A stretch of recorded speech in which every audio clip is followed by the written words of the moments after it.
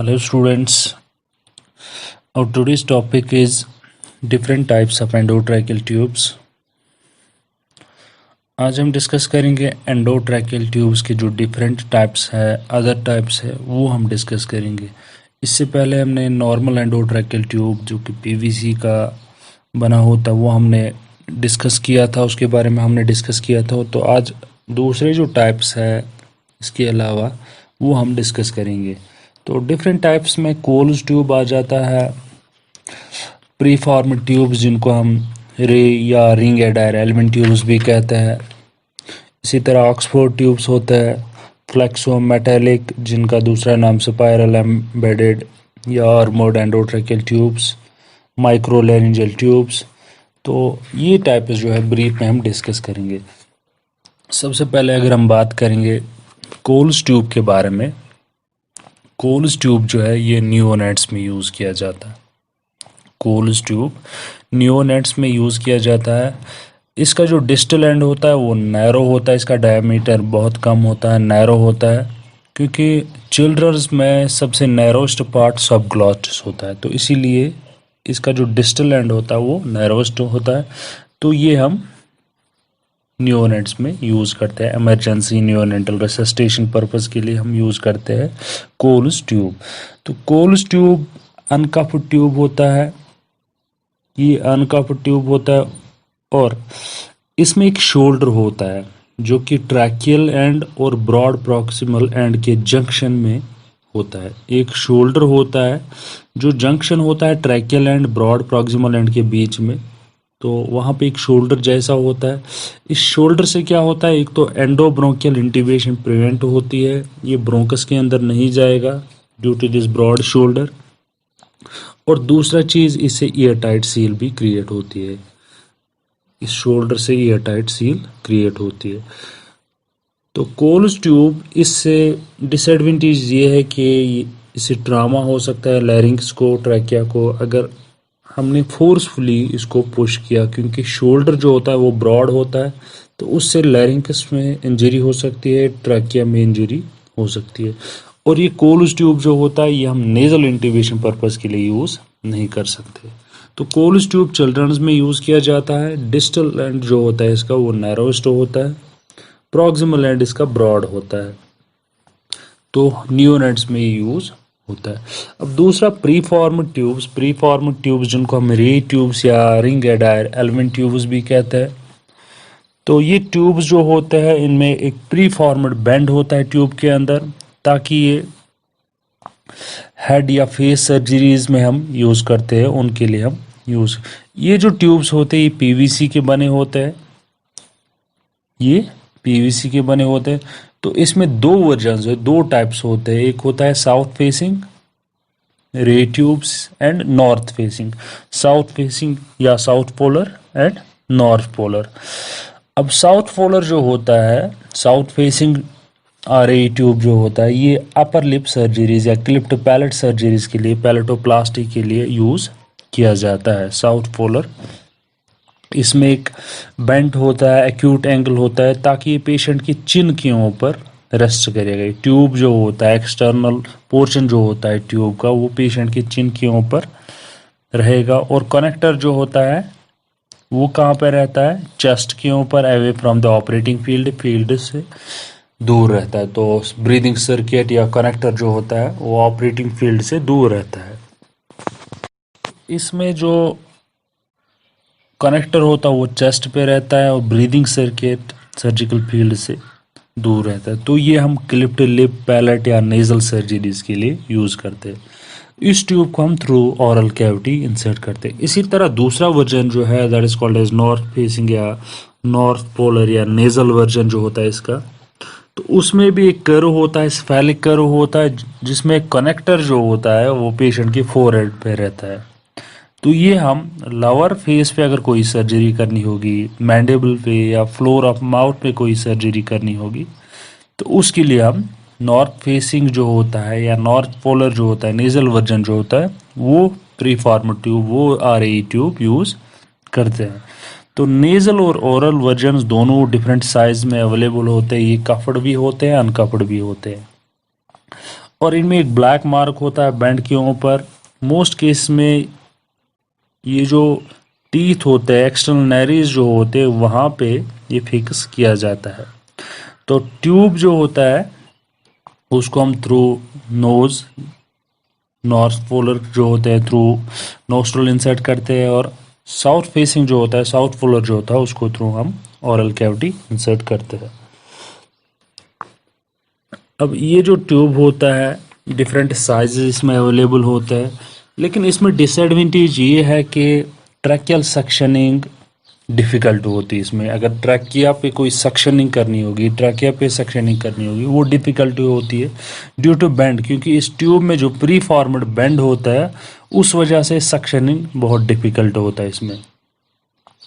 ठीक है, और प्रॉपर साइज ट्यूब सिलेक्शन इसमें इम्पॉर्टेंट होता है। प्रॉपर साइज वो इसमें एक्यूरेट पोजिशनिंग के लिए प्रॉपर साइज ट्यूब जो होता है वो एसेंशियल होता है इसमें। तो प्री फॉर्म ट्यूब्स जो होते हैं, प्री फॉर्म ट्यूब्स जिनको हम रिंग एडायर, एल्विन या रे ट्यूब भी कहते हैं, इसमें दो वर्जन्स होते हैं। ये प्री फॉर्म्ड बेंड ट्यूब्स होते हैं ताकि सर्जरी हम फेस या नेक, फेस या हेड पे कोई सर्जरी करनी होगी, नोज़ पे सर्जरी करनी होगी, तो उसके लिए हम यूज़ करते हैं। ये पीवीसी के बने होते हैं। तो इसमें दो वर्जन्स होते हैं, साउथ पोलर और नॉर्थ पोलर, या south facing, north facing. South facing जो होता है वो हम यूज़ करते हैं clip to lip, palate, nasal surgeries के लिए। इसी तरह नेज़ल वर्जन जो होता है नॉर्थ पोलर, वो हम यूज़ करते हैं lower face, mandible, floor of the mouth, उस पे कोई सर्जरी करनी होगी, लोअर लिप पे कोई सर्जरी करनी होगी, तो उसके लिए हम जो होता है नॉर्थ पोलर ट्यूब जो होता है वो यूज़ करते हैं।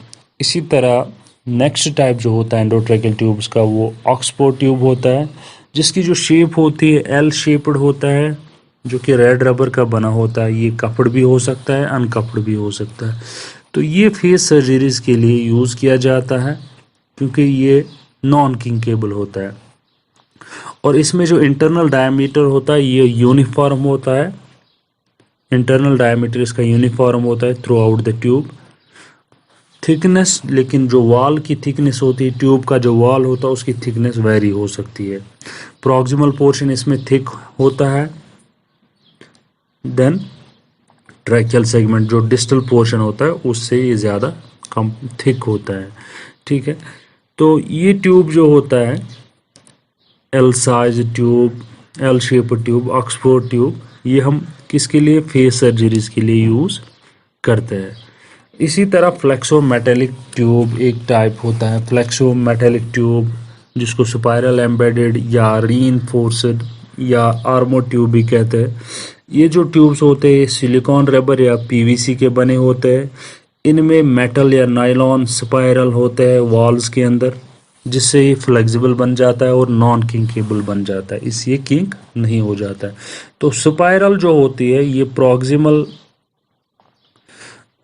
एंड तक, ये खाली डिस्टल एंड पे होती है, जो कि पेशेंट एंड होता है, डिस्टल एंड पे होता है। तो इससे क्या हो जाता है, ये इसके थ्रू हम, इस ट्यूब के थ्रू हम फाइबर ऑप्टिक ब्रोंकास्कोप जो है वो इजीली इंसर्ट कर सकते हैं। ठीक है, तो इसके जो वॉल्स होते हैं वो compare to normal PVC tubes वो थिक होता है, और ये डिफ़िकल्ट होता है इंसर्ट करना ड्यू टू फ्लेक्सिबल नेचर। इसका जो फ्लेक्सिबल नेचर होता है तो उसकी वजह से ये ट्यूब इंसर्ट करना बहुत डिफ़िकल्ट होता है। तो उसके लिए या तो फोर्सेप्स चाहिए और एक स्टीलेट चाहिए। इंट्यूबेशन जब भी करनी होगी तो उसके लिए एक स्टीलेट चाहिए जिसके थ्रू हम इंसर्ट कर सकते हैं। ठीक है, तो ये ट्यूब जो इसमें, ये ट्यूब जो होता है जिसको हम स्पाइरल एम्बेडेड ट्यूब होता है, ये नॉन कोलेप्सिबल होता है, नॉन किंकेबल होता है। तो ये हम हेड एंड नेक सर्जरीज के लिए वहाँ पे एक्यूट फ्लेक्शन नेक की ज़रूरत होती है, तो उन प्रोसीजर्स के लिए हम यूज़ कर सकते हैं हेड, फेस, नेक सर्जरीज, जहाँ पे हेड या नेक जो होती है रोटेट करनी पड़ेगी, फ्लेक्स करनी पड़ेगी, लाइक न्यूरो सर्जरी, थायराइडेक्टमी। तो उस पर्पज़, या स्पाइन सर्जरी जिसमें पेशेंट की पोजीशन प्रोन होती है तो ट्यूब ब्लॉक होने के चांसेस, किंक होने के चांसेस ज़्यादा होते हैं, तो उस टाइम हम फ्लेक्सोमेटेलिक या आर्मो ट्यूब जो होता है वो यूज़ करते हैं। इसी तरह माइक्रोलैरिंजियल ट्यूब एक टाइप होता है ट्यूब्स का, जो जिनका जो डायमीटर होता है, एक्सटर्नल डायमीटर, वो बहुत कम होता है, स्मॉल होता है। ठीक है, तो इसमें क्या होता है, ये माइक्रो लैरिंजल सर्जरीज, अगर माइक्रो लैरिंजल सर्जरीज करनी होगी तो इससे बेटर विजिबिलिटी, बेटर एसेस मिलता है सर्जिकल फील्ड के लिए। तो उस पर्पज़ के लिए हम माइक्रो लैरिंजल या micro laryngeal tracheal surgery tubes जिनको हम कहते हैं वो यूज़ करते हैं, क्योंकि इनका जो एक्सटर्नल डायमीटर होता है वो बहुत कम होता है। ठीक है, तो अगर हम बात करेंगे 5 mm ट्यूब जो होगा, इंटरनल डायमीटर जिसका होगा, उसका एक्सटर्नल डायमीटर की अगर हम बात करेंगे, एक्सटर्नल डायमीटर जितना एक 8 mm इंटरनल ट्यूब का डायमीटर होगा माइक्रो लैरिंजल ट्यूब का, उतना 5 mm ट्यूब का भी होता है। तो माइक्रो लैरिंजल का जो एक्सटर्नल डायमीटर होता है, माइक्रो लैरिंजल ट्यूब्स का जो एक्सटर्नल डायमीटर होता है वो बहुत कम होता है, ताकि उससे इजी एसेस और बेटर विजिबिलिटी सर्जिकल फील्ड की मिल जाए ड्यूरिंग माइक्रो लैरिंजल सर्जरीज। तो माइक्रो लैरिंजल ट्यूब्स भी एक टाइप, इसी तरह डबल ल्यूमेन ट्यूब्स जो कि हमने डिस्कस किया है।